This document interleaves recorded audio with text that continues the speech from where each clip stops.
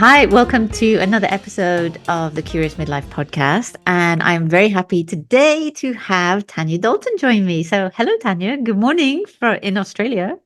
Yeah, hi. Thanks for having me, Julie. I've listened to quite a few of your episodes, and yeah, great podcast. And thank you for having me. Oh, pleasure. And I feel like you're a time lord at the moment because you're in Wednesday and I'm just lagging behind here on a Tuesday. Yeah, nice, um, nice sunny morning here in Australia, which is nice. cool. So I see you. You're another person who I kind of found or connected with, both online on Instagram, but also on other podcasts. I heard you talking. I think it was on Rachel's, the Magnificent Midlife, and then I started following you. So, can you give a brief overview to our listeners of like what are the many things, the many passions that make you you for where you're at in this moment in your life right now? Sure. So, I'm 55, postmenopausal. So I've transitioned through probably what I consider the most challenging part of menopause. I've been a registered personal trainer for 30 years, more recently qualified as a health coach, almost finished studying meditation. So almost qualified meditation teacher, which has been really interesting. And yeah, I've just basically had this interest in health and wellness for most of my life. I think I dreamt of doing my first marathon when I was 15. I got my first set of barbells and dumbbells for my 15th birthday. But then I've also, throughout my journey, I've been quite unhealthy as well. So I was always considered kind of like my dad's side of the family, which have always been quite overweight, been plagued with diabetes and things like that. And I found myself slipping down that kind of route at one stage. So it's been a bit of a roller coaster. I kind of like, people think, oh, you wouldn't know what it's like, but I do know what it's like. I've been quite overweight. I've been very unhealthy. I've had some really bad unhealthy behaviors in my lifetime.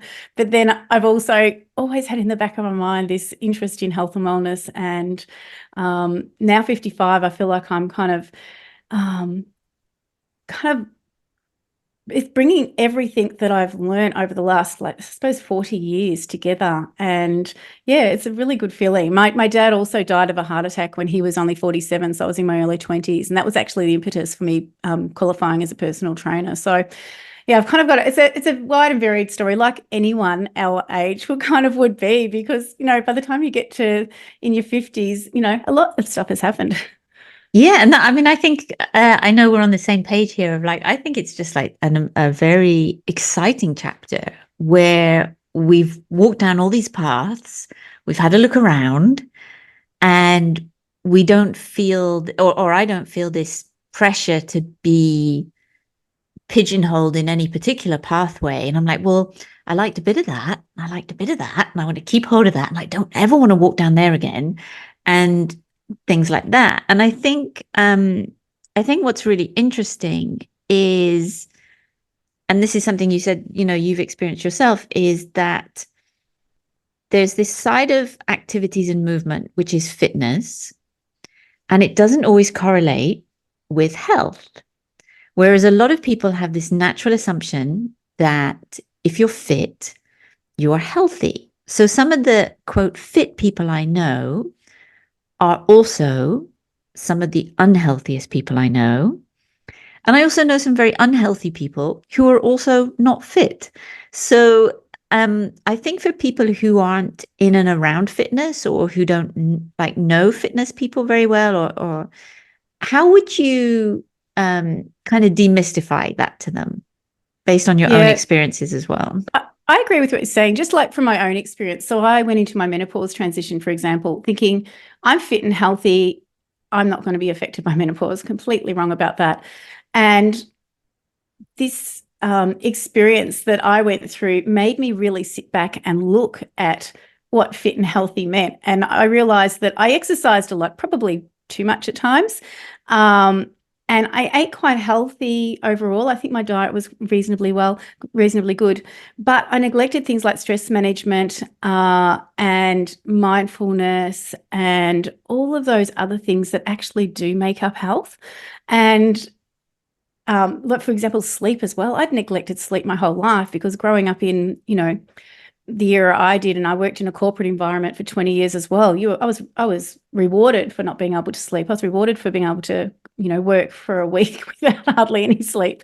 So I then started to, go down this rabbit hole and go, actually, maybe I'm not quite so healthy. Maybe on the outside, I might look kind of healthy, but that doesn't really correlate to true health. And so I think people really do need to go, you know, people can look very healthy, but they can be obsessive, and that's not healthy either. So, you can be the most muscly, lean person of all time, yet it's an obsession for you and you lead a really restrictive life. And I really question whether that is healthy.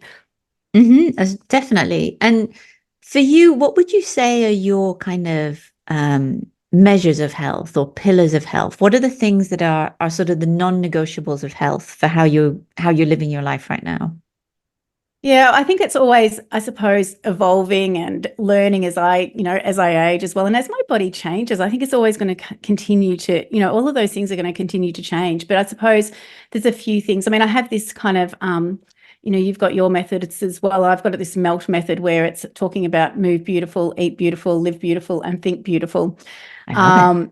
And that all, when you combine all of the various aspects from those areas, which are unique to you and which, work for you, then you can create a really healthy lifestyle. Personally, for me, I suppose things like just being really consistent with, my morning walk. Like that is one of, I think, the best habits I've created over the last few years. Like there's so many benefits. Out of bed, I'm getting morning light in my eyes. It helps to reset my circadian rhythms. I'm moving my body. I'm, preparing for the day. I'm often I'll either listen to a meditation while I'm walking or just kind of do my own kind of walking meditation. And there's all these benefits in this simple, thing that, if I'm really busy, I might even just do it for 5 minutes, but I do it religiously because it's part of my life. It's like brushing my teeth now. Generally, it's probably half an hour. And my dog gets for a walk as well. So that I think is like my number one best habit I've created over the last few years. And I think it just sets me up. I've always built, have this attitude that I set myself up for a good night's sleep by my morning habits as well. And that's one of the ones that helps to do that. Definitely. I mean, I kind of feel out of sorts if I don't go outside and walk in the morning. And I think, we're both dog owners, and even if I'm away from home, well, number one, I miss Pax. I miss him. But then secondly, there's this kind of like, there's just the day feels different. Everything feels different without this early outside time. That's also like, it's my time. And I've even been, last year I was in France, and my friend who I was staying with, she had her dog, and I woke up first, and I was really happy to go and take Brownie outside for a walk. And then another friend who was there was like, oh, can I join you? And I was like, saying like, yeah, sure. And actually I missed just like my quiet time of like, the walk is normally just me walking and noticing things. And I never actually listen to anything in the mornings. Sometimes my lunchtime walk, I'll listen to something, or an afternoon. But the morning, I think I have too many ideas and thoughts in the morning, and I just need to process them. And so I remember it felt like almost like an overstimulation to talk to someone else first thing in the morning. Yeah, I get what you're saying. I really feel like that is my time as well. It's a really nice time, and that doesn't mean that it's right for someone else. You need to find I suppose, the habits and rituals that work for your life and your body and your, unique circumstances. That's something that works really well for me. And that's something I try to get across to people. It's trying to find those things that, it's like when you don't brush your teeth feel furry or whatever, and it doesn't feel right. Now, like you said, if you don't go for a morning walk, it just doesn't feel right. I don't feel like I can get moving in the day properly. So that's what I try to, emphasize with my clients. It's about trying to find those small, healthy habits that really do work for your body and life and make you feel great. And yeah. Definitely. And I'm curious to know a little bit about, so you've done some big kind of movement projects and big sporting projects. So you did, am I right in saying you did your first marathon at 47 and then your first Ironman at 52? Is Yes, that right? yes, very, So yes. Yeah, sorry. talk me through, how did that all happen? Like, Yeah, what did that well, look like? How I did think that I start? mentioned earlier that when I was 15, I had this dream of doing a marathon. So 32 years later, I finally did it when I was 47. So I always had it in the back of my mind, and I thought I wasn't a runner, and I thought I wasn't an endurance athlete, and I had all these kind of self-imposed limiting beliefs about it all. And I reached the age my dad was when he died, 47, and I thought, you know what? If I don't do it now, I'm never going to do it.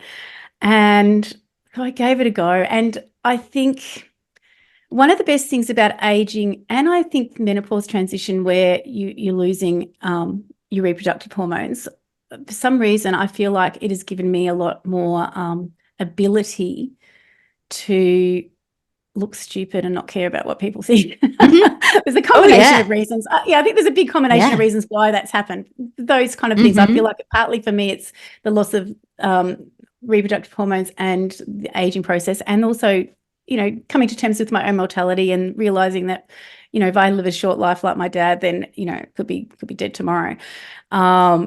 So I went and trained for this marathon, and I thought it was really bad. I was like, I'm really slow. I've got an osteoarthritic toe joint that I discovered during that process. So I can't run that well. I can't push off my foot very well.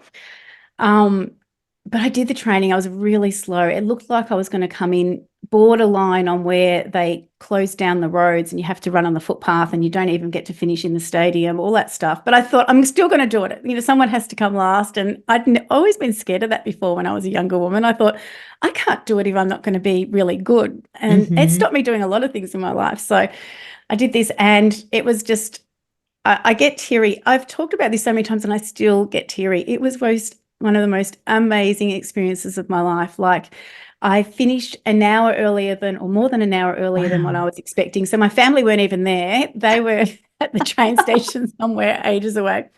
But the last Wow. kilometre of that run, I was like crying. I was so emotional, and coming in, you run in with the Melbourne Marathon into the MCG, which is the Melbourne Cricket Ground, a big stadium here, and just realizing that I was capable. I'm 47. I've got this toe joint. I'm not the best athlete of all time, but I did it. And I want that feeling for other people as well, I suppose. And it doesn't have to be a marathon or an endurance event. It's just something that you've maybe had in the back of your mind for, like me, 32 years. And finally I achieved it. And, it's the most incredible. I kind of, it feels to me a bit like childbirth. It's like kind of quite painful and exhausting, but the euphoria, like that's the way it felt. The euphoria that I felt going into the stadium and through the finish line was just life-changing for me. So yeah. And then I decided I didn't think I was capable of, I never thought, and still even then, I didn't think I was capable of doing something like a full Ironman. So I did a couple of half Ironman triathlons, and then I thought, I think I'm going to give it a go. And I did, I trained. It was really hard. Like, I'm a bit of a princess. I don't like pain. So I cried a lot through my training. But I did it, and I did the full Ironman in Cairns nearly 2.5 years ago now. And again, that was an incredible experience. I trained throughout COVID, and I don't know whether you realise, but like Melbourne had the harshest lockdowns almost in the world. I So remember we were that. locked Yeah. down a lot. I did a lot of my riding in the house, like 8-hour rides in the house. Wow. On my bike and things like that, really hard. And then I had to escape a snap lockdown to get to Cairns to do the Ironman. So I had no one with me again. I was completely alone. Wow. I had not one supporter. And do you know what? That gave me Was it less pressure? another sense of accomplishment and realizing that I was so much stronger than what I could ever imagine. Like I was out there, especially in the run, like it's getting dark. I'm not that fast. Realizing that it was up to me. No one was going to help me. And I did it. And again, finishing that, I was like, I thought I was sprinting the last kilometre of that run. So I don't know whether you know what an Ironman is. It's a 3.8K swim, 180K cycle, and then a 42.2K run. So a marathon at the end. Just And like that a last marathon after all of that. Yeah. And that last kilometre, I thought I probably wasn't sprinting, but I felt like I was like doing a 100-metre sprint, like in the Olympics. I was sprinting along and came through the finish line, and just to realise that I could, just an ordinary person is capable of doing something like that. It's just amazing. And it makes me realise that we're capable of so much more than we can ever imagine. And I think it was life-changing for me. And I want that for other people, that you're over 50 and you think, oh, it's too late to do that. It's, I'm too old. But really, we're capable again of so much more. Absolutely. And I mean, congratulations. And I love hearing these kind of examples where people again and again go, I didn't think I could. And then I realized I'm capable. Yeah. And also getting rid of this previous story of I have to be good at it, rather than I just have to do it. And that being good at stuff is to me is just so irrelevant and the least interesting part of so many activities. If I had, like, I have an ego in some aspects of my life, and I am so grateful that I don't have a sporting movement ego, because I think it just gets in the way. And I think if you're happy to, I mean, you learn how to throw and catch by dropping the ball. It's you don't learn how to throw and catch just by suddenly being blessed with some throwing and catching abilities. So this notion that and I have a lot of friends who are extremely gifted in the movement arena, and I feel that it's never just, it's not even helpful sometimes. There are so many demons that go on for those people, and yet for the rest of us, the notion that we wouldn't participate for fear of not being, quote, good. And who gets to say what's good? Who gets to say, well, everyone's starting point is so unique. Like, there's no even playing field. Like, some of them are kind of more even than others, for sure. But really, there's no even playing field anyway. And especially if you're doing it for you. And I think that, our personal why am I doing this, is always interesting. And I'm curious as to your experience on those days. What was going through your mind? Like, what was your internal dialogue like? Or did you even remember when you were going through these very changing and impactful experiences? Yeah. Well, first of all, just getting to the start line of both of those events was, I thought, made me a winner.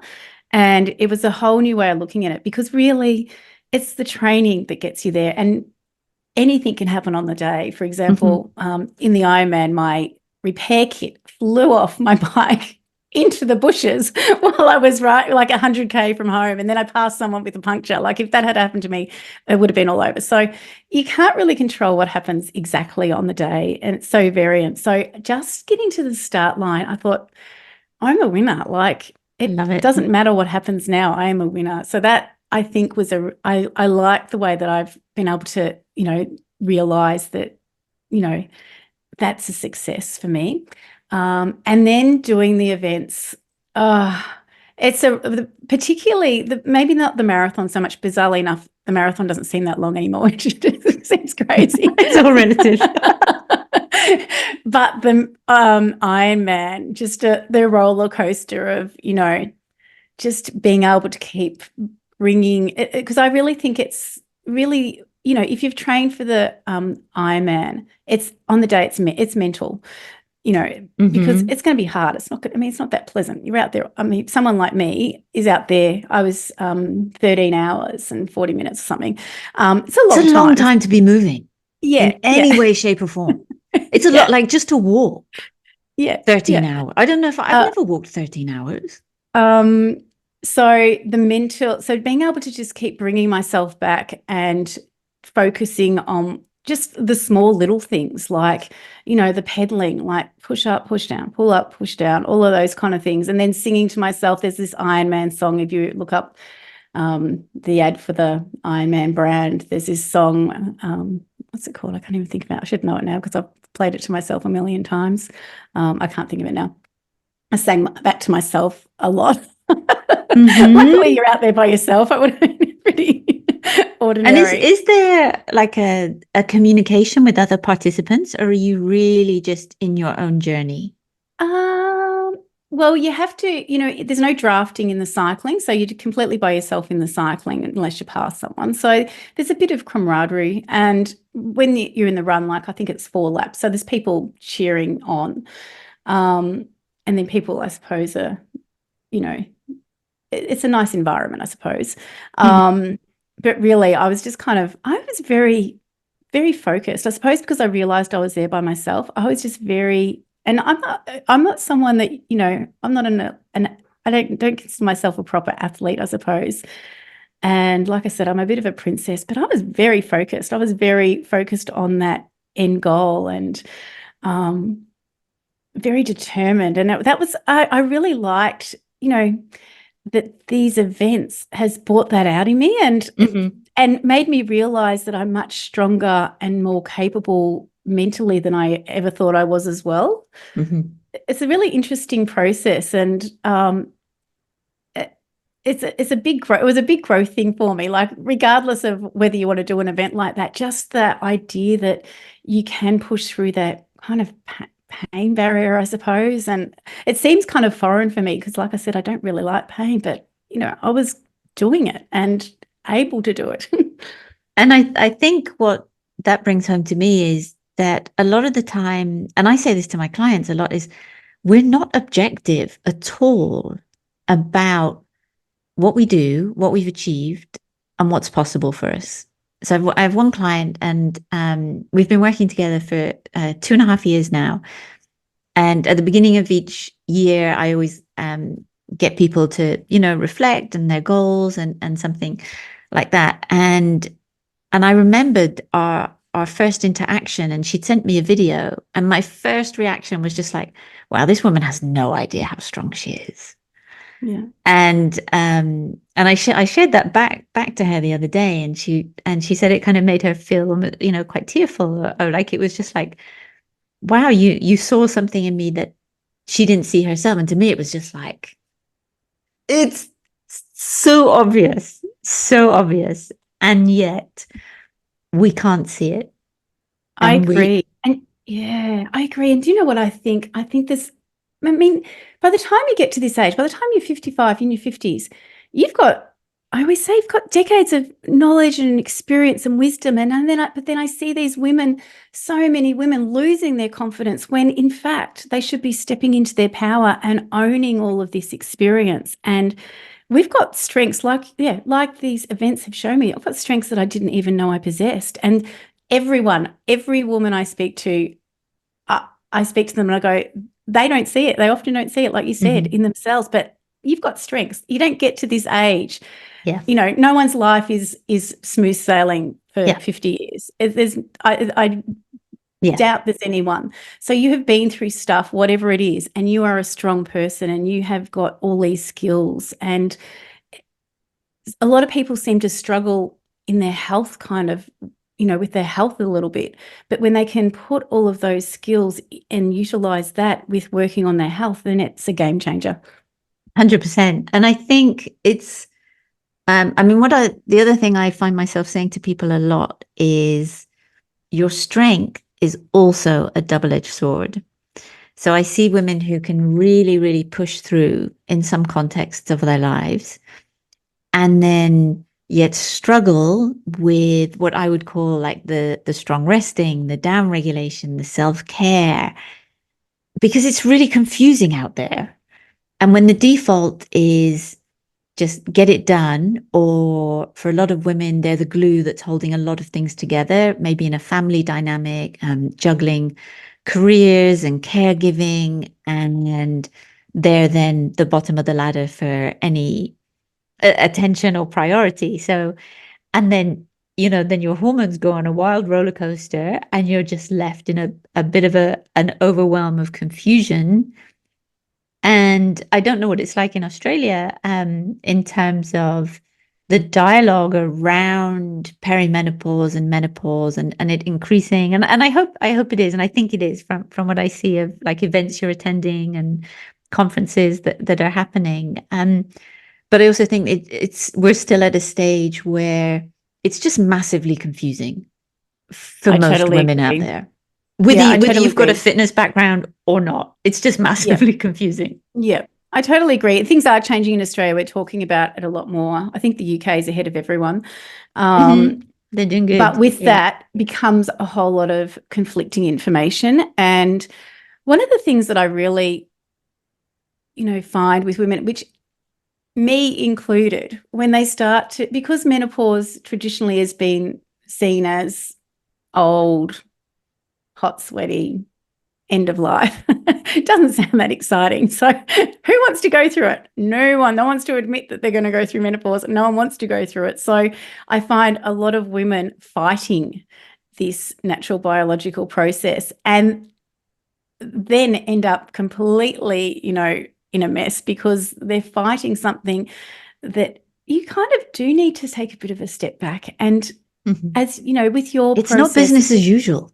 No, and with your process of strong resting, that becomes even more important. Like it's important to exercise and eat well and things like that, but it's also important to make time for rest and self-care and all of those things that women just generally don't, because at this time of life as well, either we're generally in careers, children, maybe grandchildren. We have the emotional load. I feel like men never get the emotional load of everything. Women get the emotional load. So it's not just physical stress, it's mental stress as well. Combine that with hormones that are going all over the place, it's a bit of a recipe for disaster. And I think if we can step back a little bit and go, okay, my body's changing. This is a big transformation to my body, and I need to look at things a little differently, then you can, I don't know, you can create a much better way of living and a much healthier way of living, a much more enjoyable way of living. Like, it doesn't have to be so busy, I suppose. And we don't have to punish ourselves. We can actually nurture ourselves. And this is an opportunity, I think, to actually do that, to look at things a little differently and move forward into this next era, creating this beautiful life. Absolutely. And I'm loving menopause. Like, I really, and I think it's just for me, it's just like license to be, just simply license to be, because as you say, we can come back to this like, well, if not now, when? And I look around, and if I'm 54, and I just think like, wow, that's cool, because I don't feel any particular difference than when I was maybe 40. I feel different than when I was in my 30s, because in my 30s I was insecure, distracted by very superficial things.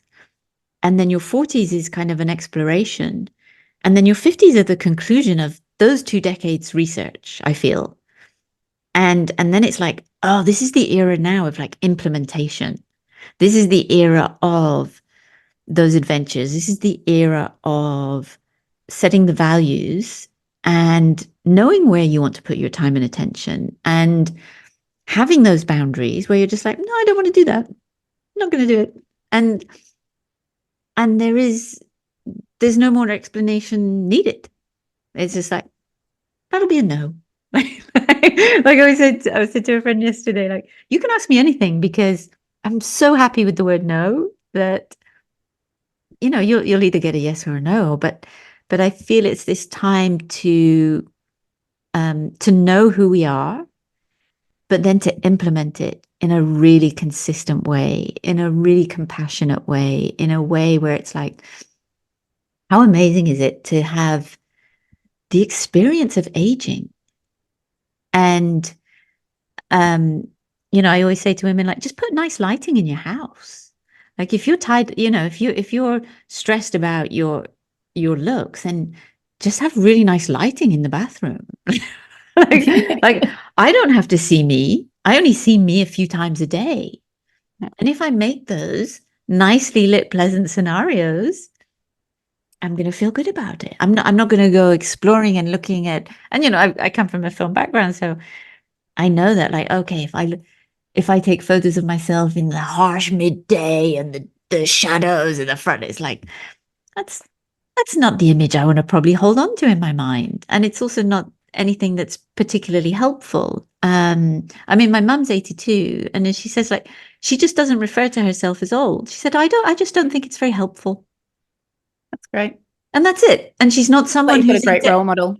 yeah, she's not someone who's into any health stuff or conscious way of thinking. Or it's just a very grounded, very practical, like, I just don't think it helps. That's it. And it's like, I think, yeah, you're not wrong, Mum. Like there's real wisdom there. And these internal dialogues, and there's a societal shift that's happening at a snail's pace, but it is happening, and that's wonderful. And then I think, if health and wellness trends are becoming more ubiquitous, whether it's in the workplace or through social media, or there's just more options now. It's kind of democratized, like, well, you don't all just have to follow this one celebrity or this one other person. It's like, well, what about the lady who lives down the road, or the lady I follow on Instagram who's just in her garden doing a few things every day? Or like, oh, did you know the benefits of just going for a morning walk? It's sort of it's an interesting time to find information as well as be overwhelmed and confused with information. So I'm curious of how your journey into meditation is going. I'm not a meditator, and I know that it does wonderful things. And I'm always just curious, like, oh, how has that been? Or like, what insights have come for you through this process of that and facilitating it for others? Yeah, it's funny. I don't consider myself a meditator as such, but I discovered it when I was in my menopause transition, because I was, that sent me down that rabbit hole of all different things, which is, I'm really grateful for menopause. It actually it was challenging for me. It wasn't, I had lots of issues, but it allowed me to really reevaluate my health, as we discussed earlier. Me too. And I think it's kind of a litmus test of like, you're not going to get away with anything. Yeah. You can't smooth over. Yes. When it comes to I the always surface. say that, what's this saying? That, like our younger bodies, they're much more tolerant of bad behavior as we age. As we age, our bodies really do tell us there's an honesty to it. We're not treating it well. Yeah, it's very honest. Yeah. Yeah, it's up to us to listen. And I suppose I chose to really listen to my body and listen to what it was trying to say. And so I started exploring a whole lot of different things. And one of them was meditation, because I had a lot of problems sleeping, as the majority of women going through menopause do. So I found myself utilizing kind of meditation, just trying to just honestly just lie there, not get stressed that I wasn't sleeping at times, and just trying to breathe. But basically, that is kind of a form of meditation, just coming back to your breath. So I kind of in that case, I'm meditating all day long. Yeah. So I have this very simplistic view about meditation. I mean, I really like the process of the course that I'm doing. It makes sense. Is that, they have a process where you ground, and then you can helps you put more into a meditative state, which is really good. I really like it. But ultimately, it's really, I just see it as this simple way of, calming your body and calming your mind. Right. And again, whether it's coming back to your breath or visualizing something, or there's a whole lot of different things you can do, but it's just a form of that. And I suppose what the main thing it's done for me is that, I'll use this as an example. My daughter's a horse rider. She's riding a horse that's really dangerous. It's very stressful. And so I'll just come back and go, okay, come back to breathing, come back to that state. And so I don't, because you can feel your You body spiral. going into that fight or flight, going, oh my God, my child is in danger. So that's the way I've kind of utilized it. So it's like I listen to meditations a lot. I will do my own meditation, but really a lot of people go, oh, I don't know how to meditate. No one knows really how to meditate. It's it's just trying to quiet your mind, quiet your body, just slow down your breathing, slow down your thoughts and all of those kind of things. And meditation, you're always going to be thinking of something. It's going, okay, I'm thinking about that. Now let's come back. Thinking about that, let's come back. And the benefits, for me have been really profound. Like the sleep particularly was really good. Like I'll utilize meditations prior to sleep as well, which really do help to calm my body down. And there's a whole lot of ways you can do all of this. It's kind of worked for me. And just having that as if I do a walking meditation just myself, just becoming so much more aware about what's going on. So there's no special secret, I suppose. And what I'm doing meditating might be what someone else is just doing naturally, if that one, you know what I mean? So I don't really consider it even meditating now. I just think of it as a way of living. When I'm maybe stressed, I'll try to get myself out of that stressed response and utilize the skills I've learned in meditation to do that. I mean, that sounds wonderful. That sounds useful for everyone. Yeah, I want to simplify all those things that kind of seem a bit scary for people, because ultimately they're not, it's no one knows how to meditate properly. I mean, what does that mean? Because that's the thing. I used to think like, oh, there's like a secret chant or there's a secret thing. And unless you pay and go to a course, you don't have access. You can't benefit from these things. So I was always kind of like, I just daydream and learning the process that I have learned through my meditation course has been amazing, and I really like it because it allows you to really, get your body in the right state to be able to then really, slow down and get into that more meditative state. But ultimately, I utilize the skills, all the little skills in my everyday life. And that's what I want to do with everything. It's like your movement. It's like your movement snacks. We're trying to utilize a whole lot of things throughout our day. So it's not just I'm going to my exercise class now, I'm going to my meditation class now. It's I'm moving my body all day, and I'm trying to, we're in our body all day. We don't leave it in the car.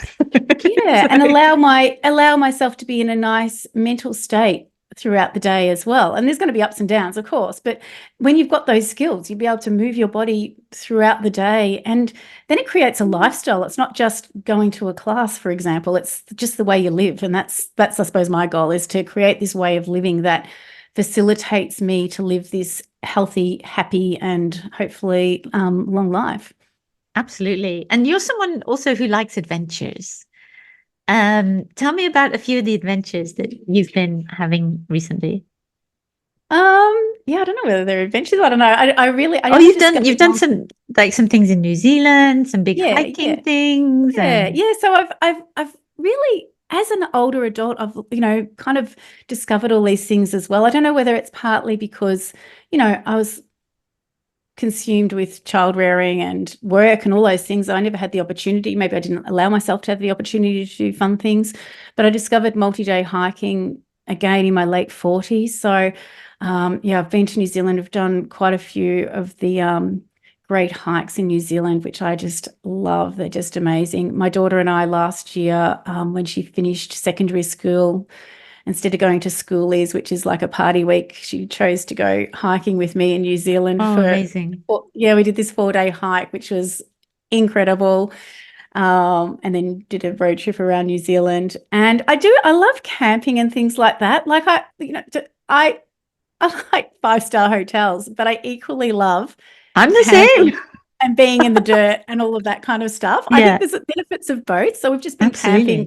We have a yearly camping trip to this place called Wilson's Promontory, which is this, I just think it's one of the most beautiful places in the world. It's undeveloped. There's one campground there, basically no power and stuff. So, and it's on this beautiful beach with mountains and things around it. Wow. And I just took up surfing, actually, another thing in my late 40s, which I love. I always wanted to go surfing. And surfing's hard. Surfing's a complex activity.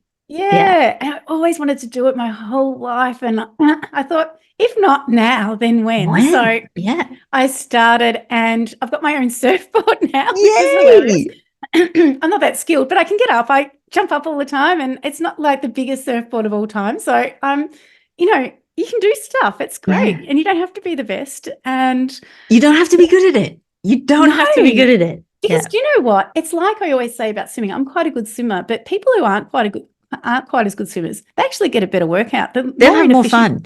I see people who are just like, if you're doing it for fun, will have a lot better day than people who are, quote, like good surfers, and then seem like they're much more prone to having a, quote, disappointing day or performance than people with little to no expectation who are in it just for the joy of doing it. Yeah, I agree. That's like surfing. It's like paddling out and then trying to get up. It's just like, it takes me hours, and I've got up I don't know how many times, not very many. But the thrill of getting up and surfing into the shore is just incredible. Standing on water that's moving on a board is an amazing flow experience. Yeah. Like the energy of the ocean somehow you're like moving with it. It's phenomenal. Yeah. Yeah. And the multi-day hiking, I love that as well, because I love going to places that you can only get there if you walk. You can't get there any other way. There's some hikes that you can helicopter in, I must admit, but a lot of, like the one that my daughter and I went on, I don't think they have and you have to carry all your food. You have to take, you have to carry all your food, but there's cabins, but you have to carry all your food, and you can only see these places if you walk there. Like, it's just amazing. I love it. I love just going, I'm doing this. I'm like, walking on this amazing ridgeline, which is a bit terrifying, but I'm doing it. And again, capable of so much more than you can ever imagine. And that's one of my whys. I think, I'm sure you have this attitude as well. You have to find out your why. And that's one of my whys for trying to remain fit and healthy throughout my life, is because I want to keep doing this hiking bizzo, because I only started it quite late, and I want to be doing it in my 80s, I hope. I want to be hiking so many places in the world. I'd like to do some of the Camino and things like that. So absolutely. And how do you, are there times when you're just doing everyday life that you kind of catch yourself thinking in a way or doing something that you could kind of draw the line back to these pivotal adventure experiences that have given you more confidence? Like, sometimes there's just little things in the day or a confidence to like say yes or do, like, this bigger sense of autonomy just permeates and ripples through the everyday. All the time. I'm still, I feel like everyone's a work in progress, but I've been fed a whole lot of messages for decades of my life, and I'm still trying to kind of overcome those, if that makes sense. So, I was brought up in a tiny little country town where I was expected to get married and have kids by the time I was 25, and just be a mother. That was what I was brought up to do, and I've struggled with that my whole life, I feel like, and now I'm starting to live the way I want to. So and then the growing up of the super skinny era and the low fat era and all of that. So those messages still come at me all the time. And sometimes I find myself, almost slipping back and going, oh, I better not eat that, right? Just being a bit vulnerable to those messages. And I think, I feel like, this is going a bit off track, but I feel like a lot of women berate themselves for all of those feelings. But it's so hard. Decades of messaging I'm trying to remove from my life and to move forward into this next era in a different way. So I have to try to give myself a bit of self-compassion for all of that, because it's really hard. Like, it's not easy to overcome all of that, because we're conditioned to live in a certain way, and society's told us we have to do these certain things and be super skinny and whatever. Like, God forbid, you don't have a flat belly. Yeah.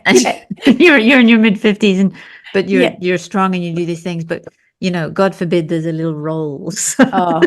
I'm really big on the belly thing, because to be honest, I've never had really a flat stomach, and I'm thinking, why should I? Never in my life. Never Why in should my I be life. expecting to have one now? But I always say that, when our daughters are going through puberty, we don't say, excuse me, you can't get hips and breasts. But for some reason, when we transition through menopause, we go, well, I can't put on any weight. My body shape can't change. I can't get a belly. Like, that's not acceptable. Like, we're really mean to ourselves, women, Very but mean. Yeah. we need to be a bit more self-compassionate. But sorry, getting back to a bit more what you're talking about, I have these little notes in front of me that, just remind me of, my whys and what's important to me, and yeah, like little things to go, hang on, Tania, don't start thinking like that. This is you're doing things differently, while also being a bit self-compassionate, understanding that the reason why I do fall back into some of those thought patterns, and maybe sometimes occasionally slip back into behaviors and aren't serving me, is that because of all of that, I have to be a bit self-compassionate as well, while still moving forward, while still going, no, hang on, you don't have to think like that. You can think differently and you can live differently, and it is up to you. I really want women to take control of their health and their life, and to be empowered, and to realize that they can do things differently, that they don't have to stay stuck in the way they were before, or the way society has told them they have to be. Absolutely. And I think to recognize that it's not just this linear process of like, okay, I achieved this thing, I'm doing this thing, therefore, I'm never going to be that woman who sits with a bowl of ice cream all evening, or who does this, or who doesn't go like, oh, I'd like to look like that. Yeah. Or go, I want to be able to do what she's doing. All of those things I think are really normal, and and I think it's great, as you say, to kind of voice that.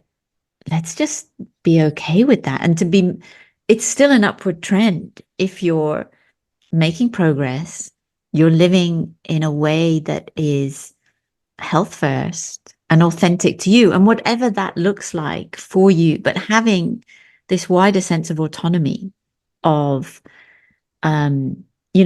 so that it isn't just that, like, how to navigate today, but you remember the pretty good shot of being able to navigate tomorrow, and a year's time, and in 5 years' time, even if you don't know what they'll look like. Like, I remember my sister saying to me one day, like, Julie, how can you like not know where you're going to be living or doing in 3 months' time? I'm just like, I just don't. That's how I live. Like, but I still move and approach life in a way that I still want the options that are in front of me in 5 years' time, in 10 years' time, in 20 years' time, to be as broad and vast as possible. I'm really greedy for options, and I don't want the limiting factors to be things that I had control over, because there's a lot of things we don't control, but there's a huge amount of things that we do. And I want to have a grip on them as much as I can, in a healthy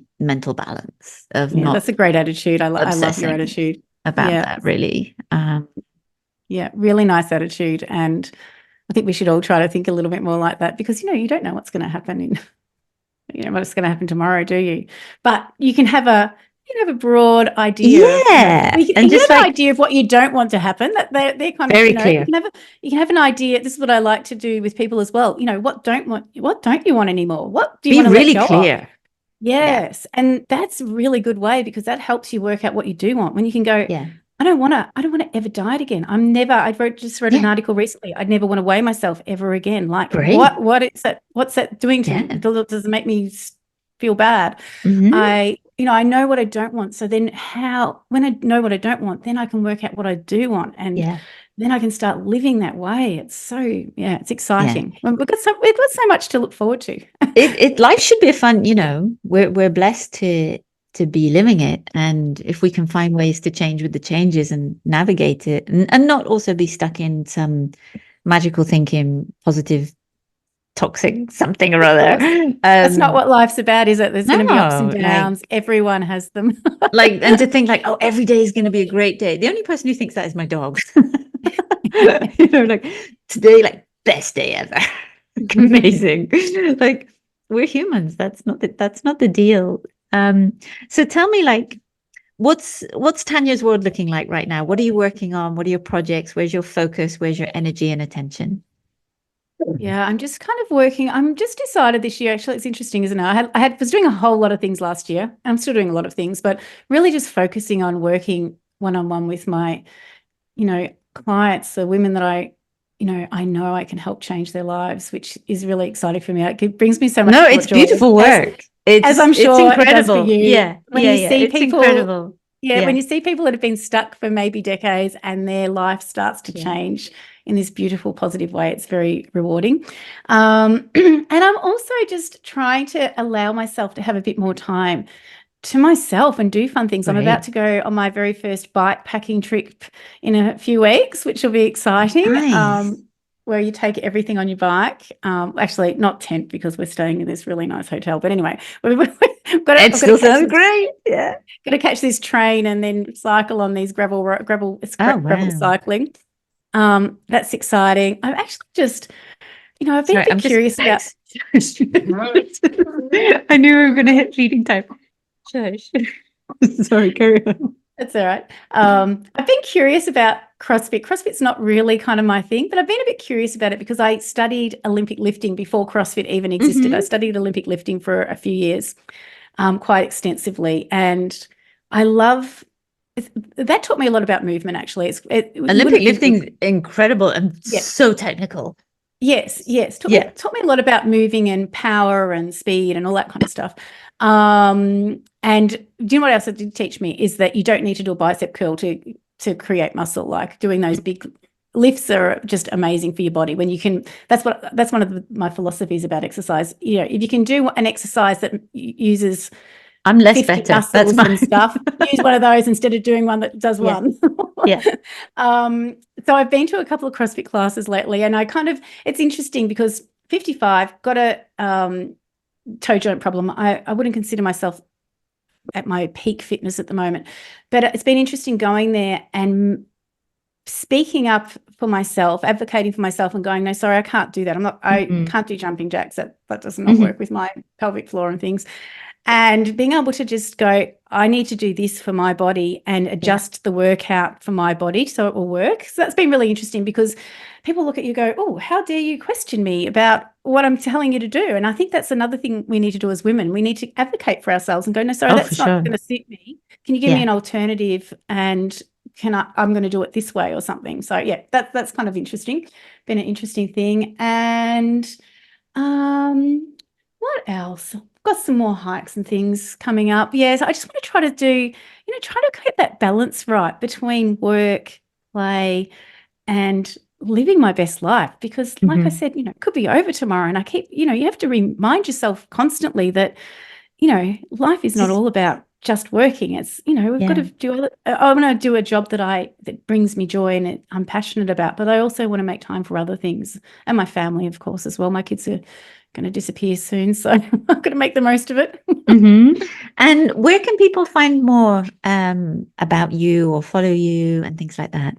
Sure. So my website is beautifulmidlife.com, and I'm on Instagram at Tania Dalton, and LinkedIn and all those other places. You can probably find me, but they're the main two. And what are your any kind of like final thoughts or things you want to share or say around all your philosophies that you've shared? Yeah, I just think that midlife women, we really need to, this is a time that, I get that can be challenging, and I get that there's a lot of stuff that we might have carried with us for all these decades or whatever, but this is an opportunity to do things a little differently. This is an opportunity to move forward into this next era of our life, authentically doing what we want, finding what brings us joy, and our health. When we look after our health, that will allow us to, live this long, vibrant life. So, I suppose I don't know, I could go on forever, but that's I love it. I love it. And I love that you found your journey of realizing what you were capable of, and that is still just expanding, and it's not a project that's ever done. No, we're always evolving, and we can keep doing stuff. It doesn't, maybe our bodies or Yeah. whatever will limit us in some way, but there's always ways around it, and there's always maybe slightly different ways we can pivot to do something slightly different, but we can always do things, and we can always keep growing and evolving as women and people. And, you know, like the orca whales, we're the leaders of the pod now. We get to say what's going on. We do. I love it. Well, thank you so much. Thank you for sharing your time today. And I will just keep following your adventures and knowing that there's just more women out there like us, just sharing our experiences and knowledge and just kind of building a bigger community of people to share these messages that I feel are of our time right now, really. Yeah, it's not a downward spiral. It's just the start of the best part of our life, I think. And that's where we need these people. We need people like us sharing the message and making other women realize that, yeah, this is it. This is exciting. This is our it. time. It's now. It's a now moment. Yeah, definitely. Cool. So we thought we were over, and then I realized after we stopped recording that I hadn't gone to the wonderful topic of when someone's into fashion and style, which you are, and it's beautiful, but then something starts to happen to our feet. So you've been on a transition from high heels to minimalist footwear. So talk me through that part of your journey. Yeah, it's been a challenge, don't get me wrong, because I love fashion, and I had a wardrobe full of very fancy dresses that look good with heels. Mm-hmm. There's an aesthetic. There's really an aesthetic to it. It can look beautiful. Yeah. Yeah. And I worked in an office for 20 years as well, wore heels for 20 years working in an office. But I have an osteoarthritic toe joint, big toe joint. And I started to explore like what I could do to help myself, because I want to be able to, you know, run the occasional marathon, maybe if I feel the need, and I didn't want that to stop me doing things. So I found a great podiatrist, and he started talking about barefoot shoes, which it seems counterintuitive, because you think, oh no, that toe joint needs to be protected. You know, it shouldn't be flat. It definitely shouldn't be in heels, but the idea of barefoot was kind of very foreign to me. Yeah, shouldn't it just be really cushioned? Yes, you think you'd have to protect it. And I suppose when I'm running, I'm a bit, you know, I don't wear barefoot shoes when I'm running, maybe just a little sprint on the grass or whatever. But so I wear a zero drop padded shoe for running, because I feel like that's too much pressure going through it. It's a balancing act. But yeah, so I started exploring barefoot shoes, and I suppose it took me a year to transition properly, because, you know, I'm definitely was not used to it. My feet weren't used to it. Saying that, when I was young, growing up in the country, I suppose I was probably barefoot quite a lot. And I've often over the years exercised barefoot as well, like done a strength training session barefoot. So I suppose in the back of my mind, I was a bit inclined to be that way. And I love summer where I'm just constantly walking around in bare feet. But yeah, so the transition from heels to barefoot was quite hard. I've had to change my whole wardrobe, which sounds really vain, but no, you know what? but it's I get it, because sometimes you think like, well, I have this really nice outfit, and then you kind of look down and it's like, and I've got some clown shoes on. It changes the whole look. It doesn't go. And this sounds really like, you know, it sounds trivial, but I love my clothes. like I said, I'm a bit of a princess. That's great. I like fashion, and the idea of not being able to wear this anyway. My body changed during menopause as well, so I thought, do you know what? This is a great opportunity. A lot of my clothes weren't fitting me the right way. If they did do up, they didn't look right anyway with my new body. So it was probably a perfect time for this to happen. So yeah, so I've gradually transitioned. It took me a while. So I still alternate between shoes depending on how much I've been walking, for example, or how much I've been running. So I might wear a slightly more padded shoe if I've had a lot of impact on my feet, you know, over the day before or whatever. So I just swap and change, but I basically just now wear zero drop or barefoot shoes. I do have a few flat shoes that are kind of wide at the front, as flat as possible, that are a bit fancier for going out, if that makes sense. I mean, I have fancy ones that are really sparkly, but they're slip-ons. So at every opportunity, I just slip my feet out of them. So even if I'm like sat at a table or at a restaurant or someone's house, I just slip them off. Yeah. And because I always think like, well, my decisions are always based on, well, how much will I be walking? And can I take them off easily?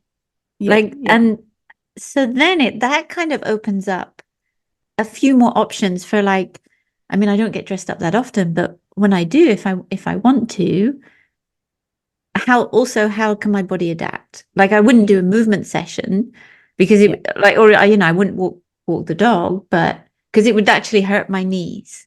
Yeah. My body feels very different when it's in that different alignment. But if it's literally going to be like, I'm going to drive the car, I'm going to get out and walk into the restaurant. And then I'm going to walk back into my car. Like I can deal with that. It's just always weighing up, isn't it? About the pros and cons. So, for example, I went out the other night and I actually put on heels, first time in a year. Bad decision.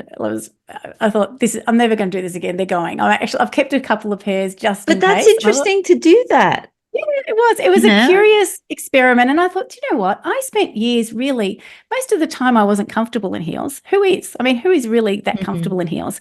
And I thought this is a really bad idea. I shouldn't have done this, but it was a good learning thing. And I thought, you know what? I have got a pair of flat shoes that would have looked quite good with that dress. So in future, that's not happening. And as well, I think one of the things my podiatrist has also said is, you make the decision. If you want to wear heels to an event or whatever, then I think he used this example, and I'm not sure whether I've got it right, but his daughter takes a day to recover from wearing heels. His wife takes maybe 2 weeks. His mother takes about a month. Wow. Okay. Interesting. Something like that. I'm not sure whether I've got the timelines right, but it's kind of like, okay, so I will make the decision. If for some reason I'm, if I went to this, I don't know, beautiful ball or something, maybe I would wear them. I don't know. And it's all a balancing thing about, okay, so what are the implications of that? Am I prepared? It's like if you drink alcohol or something. I don't drink alcohol, but if someone drinks alcohol and they know that it affects their sleep and they're going to feel crap the next day, it goes, okay, well, is it worth having it tonight or not? Yeah. Maybe it is because I'm going to have a great time with my friends and it's part of that culture, so I will. And then I'll accept that I'll feel a bit crappy the next day. And I suppose that's the same with heels. But generally, no, I am barefoot or as flat as possible and as wide at the front as possible. I have this criteria and I walk around, I go to shoe shops now, still trying to find nice shoes. It's a constant quest. And I'm like, and I'm moving them, checking whether they're flexible and occasionally, very occasionally I'll find a pair that, this is close enough. This is like hardly any, it's basically completely flat with a wide front and it's quite flexible. I think I could. Yeah, I can work with this. Yeah. But most of the time I'm actually just barefoot.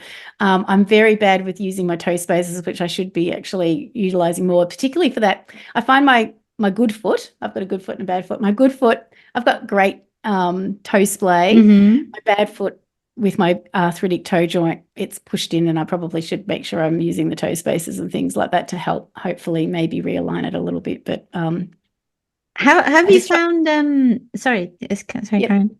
Sorry? How does the rest of your body feel now? That's interesting. So I think that our bodies are really adaptable. I think it's amazing. So going to barefoot has allowed all of the tendons and muscles in my feet and my body to adapt so much more and to get stronger because I am walking barefoot most of the time. It's not rocket science. It kind of makes sense. And that even my bad foot, it's amazing how you can adapt. Like I can, like for example, I can't do a lunge very well, for example, because that toe joint's really sore, but I'll do a squat and it doesn't look that bad. Like I'm tiny little bit off, and as most people, particularly in your 50s, no one's body's going to be perfectly aligned. I'm a little bit off alignment, but your body is very adaptable. So my Yeah. body is adapted. And then even just when I found out about my toe joint when I was running that first marathon, I had a lot of treatment trying to treat the other side of my body because it was compensating Devastating. all of the time.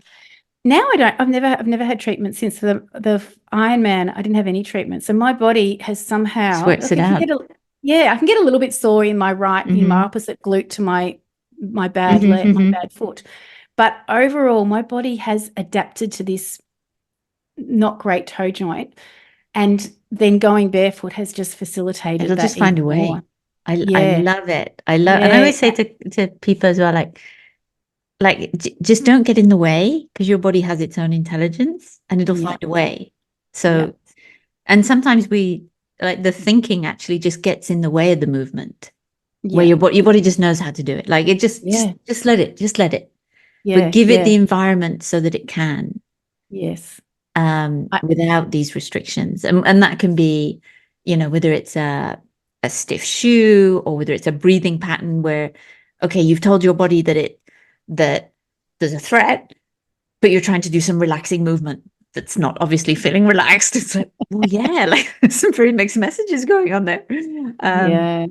So, well, that's exciting. That's exciting. It is exciting. Like, and I think for other people, like, just to realize that, there's going to be a transition period. You can't just go from, wearing either heels or, not a zero drop just rigid sneaker or and things like that, to going completely barefoot. And like I said, I'm not always completely barefoot. Most of the time I am, and I'm in like really flat barefoot style shoes, but I do have to just work with my body, and because it's 55 and it's not perfect, and I've kind of been mean to it for quite a number of decades, so then I have to sometimes it's done a lot for you.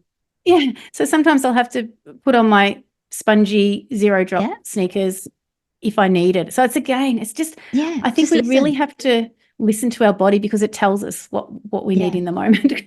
She knows.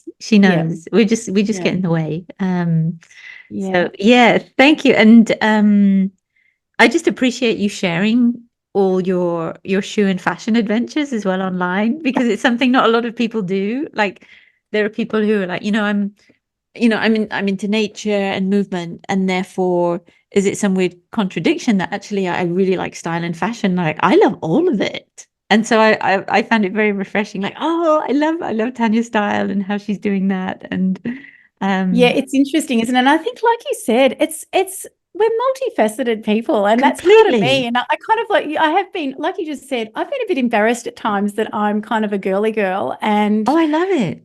But you know what? It's me, and I have to just be me. And I do like getting dressed up, and I like, looking my best, and I like wearing makeup. And not that I do it all the time. Most of the time I'm just slobbing around barefoot with my sports clothes on all the time. But there's that other side of me as well. And absolutely. It's about embracing all parts of us, isn't it? I have so many hats. I have so many hats and fashions, and they all complement. For me, there's no diametric conflict between enjoying my big floaty silky skirts and dresses and spending a lot of time barefoot in nature, really dirty. Like, I'm still someone who can't have a pair of white jeans, but I can have black floaty amazing dresses. I just can't manage white clothes. I'm the same. I don't buy any light clothes. I'm the same. Like I said, I love camping. I love being dirty all week and huddly having a shower. But I also like going to a 5-star hotel, going to a nice restaurant.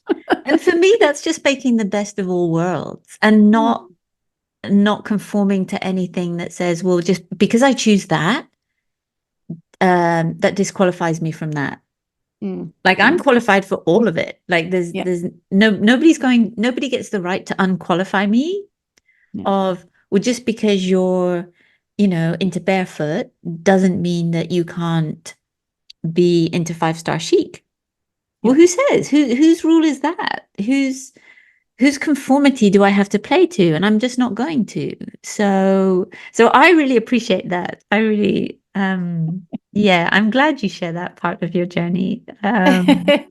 It's interesting. I think maybe you and I need to get together and start designing some really nice barefoot shoes. There's a few around, Oh, it would not enough. just be so nice. Just like, and it's funny that sometimes when I'm traveling, like I found a pair in Brazil and it was in this sort of creative entrepreneurship market where they were just like individual little boutique kind of places, and there were these really funky looking shoes, and I was like you, like you go in and you bend them up and then you twist them round, and then I tried them on, and they were probably like, minimalist. I'd say they were like 97% minimalist.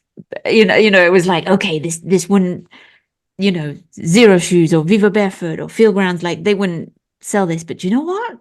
Yeah. If I can get a stylish 97% good shoe, Yeah. and I bought 5 pairs. I've only ever worn 2, and they're actually, and I'm like, wow, I'm becoming like the Imelda Marcos of like of barefoot shoes. And I'm supposed to be a minimalist, but it's so rare. And even I have one really treasured pair of old Vivo Barefoot. They're red leather kind of Chelsea boots. Yeah. And like they stopped making them. You can't find them. And they were like, these are the ones. And even my dog ate one of them a little bit. And so I actually got the other one repaired in a way so that it's like, no, they're still wearable. It's still wearable because damn it is really hard to find like good looking shoes. It's hard. That It's don't hurt your hard. But feet. anyway, Yeah. it's kind of like I find it quite amusing now. It's like, and no one gets it as well. I don't know whether you're around people, but no one gets it. They go, "Oh yeah, I wear flat shoes." I go, "No, I wear barefoot shoes." Barefoot, Yeah. It's flat like shoes. I don't wear heels. Difference. Yeah, in fact, it's like no, there's like your shoes don't move.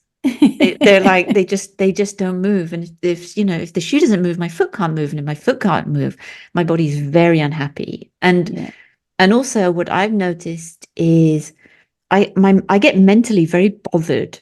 I just feel bothered when my feet aren't happy. And even it rained here for the last 2 days, which is very unusual in the coastal desert, and it was like torrential.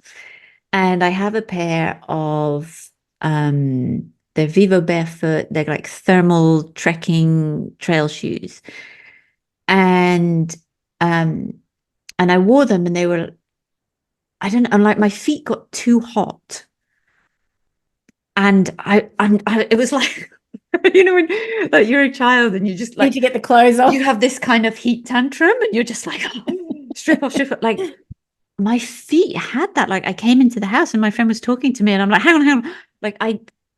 Like nothing could happen until my feet could breathe again. It was like, it's like a sore back, isn't it? How a sore back I've got a affects whole your whole new body. sweaty foot thing. My feet need to breathe all the time. Just from spending so much time, also being in a climate where you're not forced to wear socks a lot of the time. So even like when I travel and I wear socks, it's like it's like another adaptation of like, oh, I'm just adapting back to that now. Adapting back to that now. But I do feel emotionally different when I'm barefoot for most of the day. It's a different deal. It's great, isn't it? And do you know what I love? I love being able to, this is an example, like I went out for lunch with some friends a while ago, and in the city of Melbourne, you just park miles away from where you're going. And just being able to walk and not have to catch the tram because I'm in heels and I can't walk properly. Like it kind of seems crazy that I did this to myself for 20 years, that I wore shoes that either I was clobbering along in, feeling uncomfortable, or that I couldn't walk somewhere because I had to catch the tram because I was in heels. Like, I mean, I kind of crazy. Admire. I sort of admire people who went through that. Like it's, or I still like, I look at people today and, whether it's younger women who are like, out on the dressed up for the night or whatever. Or I remember last time when I was in London and I was, you're just kind of like, you're on the tube and you're walking around and, it's a walking city. And they would, be, people like really like tottering, like doing Yes, this very yes. odd, like tottering kind of. That was what I was. kind And of I look at people walk. now and I think, what are you doing? There's a much better way.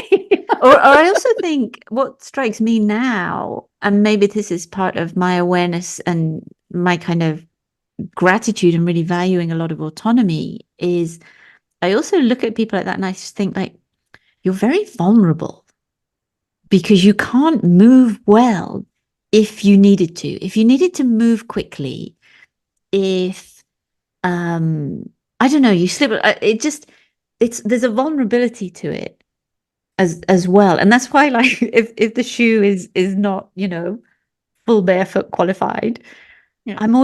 I want a quick, like, emergency out of shoe. Like, Yeah. I want to be able to get out of that shoe because I know my feet are good. Like, worst case scenario, as long as there's not cactus or glass, like I can manage the ground in a situation. But when I see the tottering women, I always think like it's a bit vulnerable. It Like is. It is. you I, lose a bit of we autonomy shouldn't go there. down this path, but it's kind of, you just think it goes into the patriarchy kind of thing, and I don't know, keeping women in their place. And I used to I think about myself. I'd wear,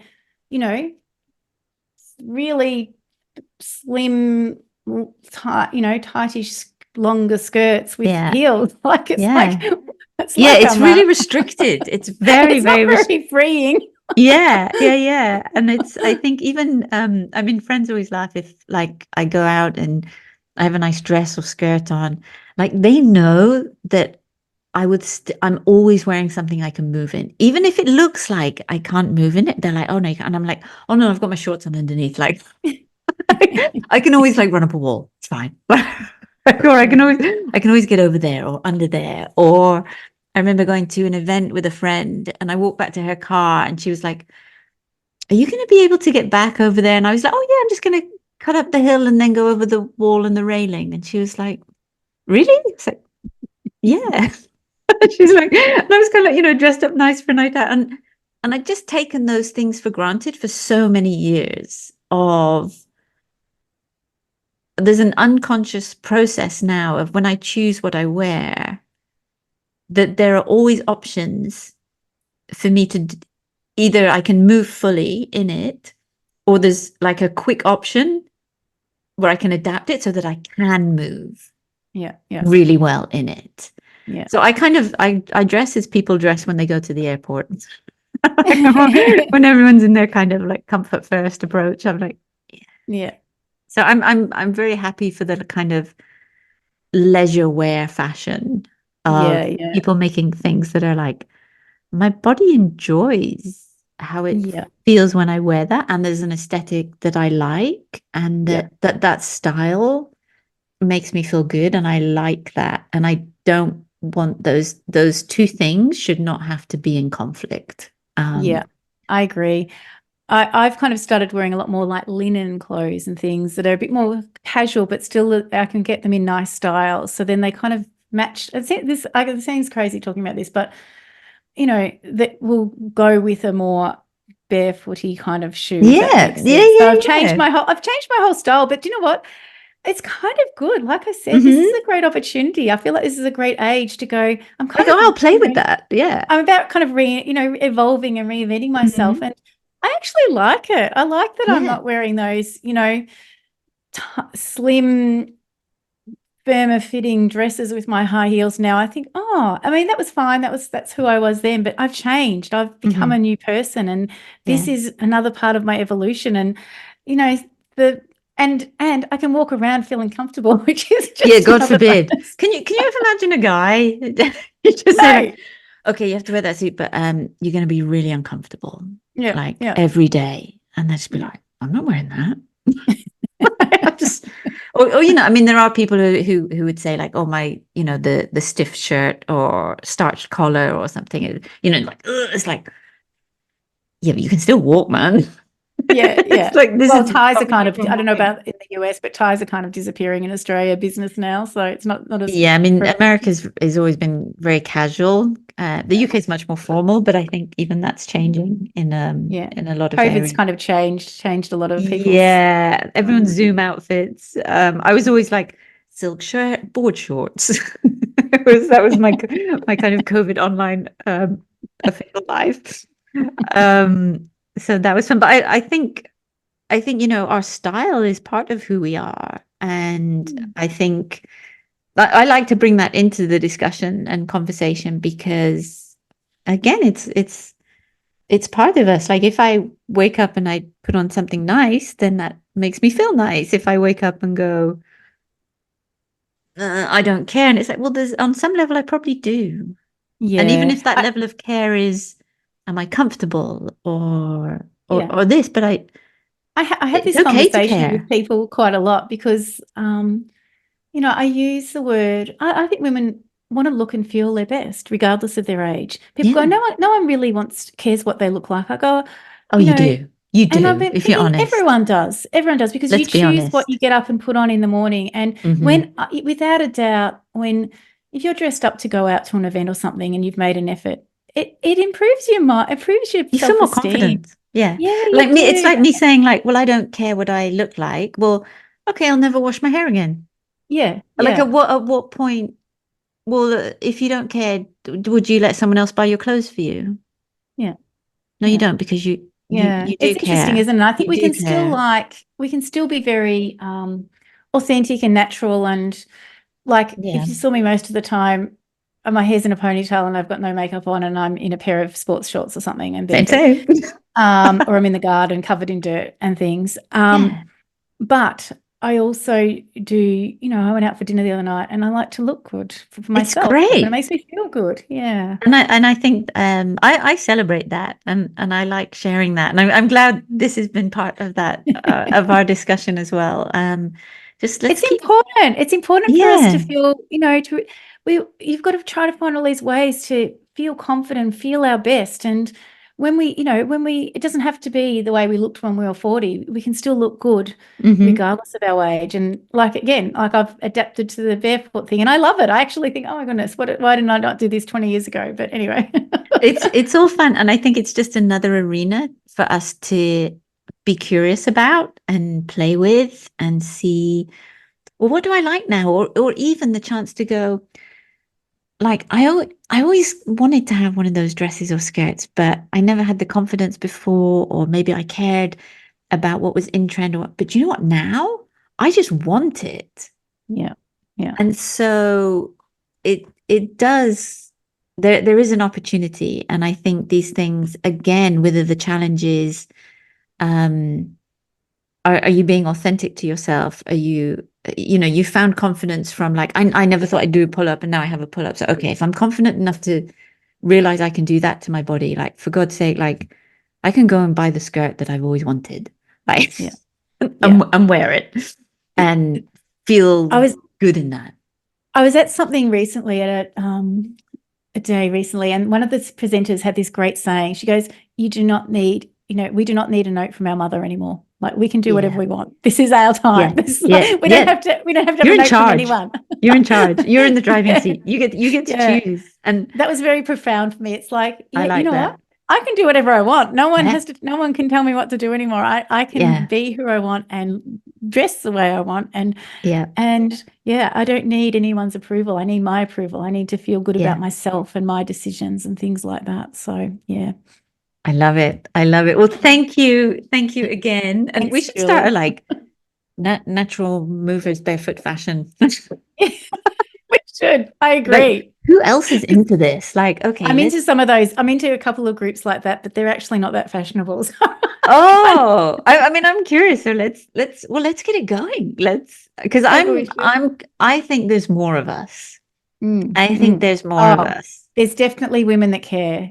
I've seen a lot of angst on Facebook pages going, but what do I wear to this? And how will I wear that? And people were offered these suggestions and I think that looks terrible. Please do not wear that. It's I mean, a friend of mine did a kind of styling exercise with me a few years ago, and it was a very emotional day because I had to confront what I had not allowed myself to be and express and share on the outside. And it was amazing. It was very life-changing. And then it's kind of been a process, and So there was all this kind of internal work.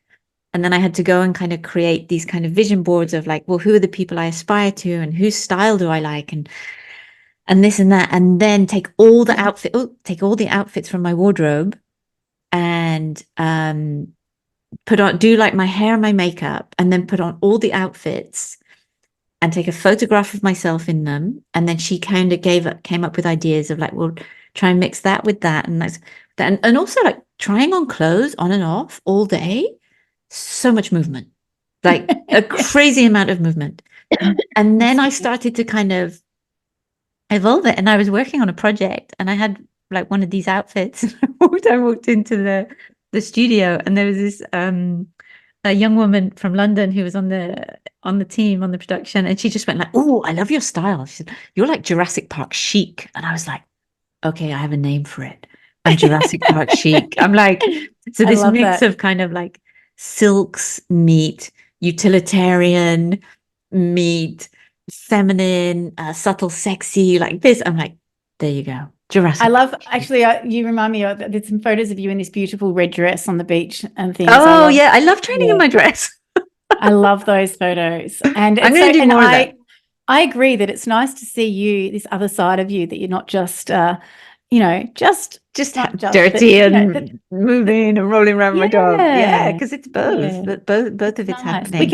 We can be so much more. Absolutely. So here's to more women being who they are. And yeah, there's a little bit of bravery each time I kind of share one of those things. It's like, so I'm always inspired, and it gives, I think we each help give each other permission. Yeah. I agree. When we see that, I think there's strength in numbers. When I see you with those, and I used to share a lot of fashion stuff, and I've been reluctant to lately. But I did just recently, and I thought, oh, do you know what? People actually resonate with it, and why can't I show who I am? Like, I don't have to be just this. It's nice to be able to feel like we can just be who we are and show who we are and show all the sides of us. It's good. Yeah, and make it fun. For me, it's like if I can make it fun, then it'll happen. Yeah, it'll happen. And I like training in dresses. I really, I do. So there may be more to come and share. Excellent. So cool. Well, thank you, Tania. Thank you so much. And I'm glad we did this add-on as well. So enjoy Wednesday, and I will be in touch again very soon. Thank you. All right. Bye. Take care. Bye-bye. Everyone go and follow Tania, find her website and her wonderful content and inspiration. And if you're in Australia, go and find her as well. Okay, thank you, Tania. Hi. Thanks, Julie. Welcome to the Curious Midlife Podcast, the show that brings you conversations for the multi-passionate Renaissance woman. I'm here to inspire you to create a new sense of self by daring to be creative in everything you do.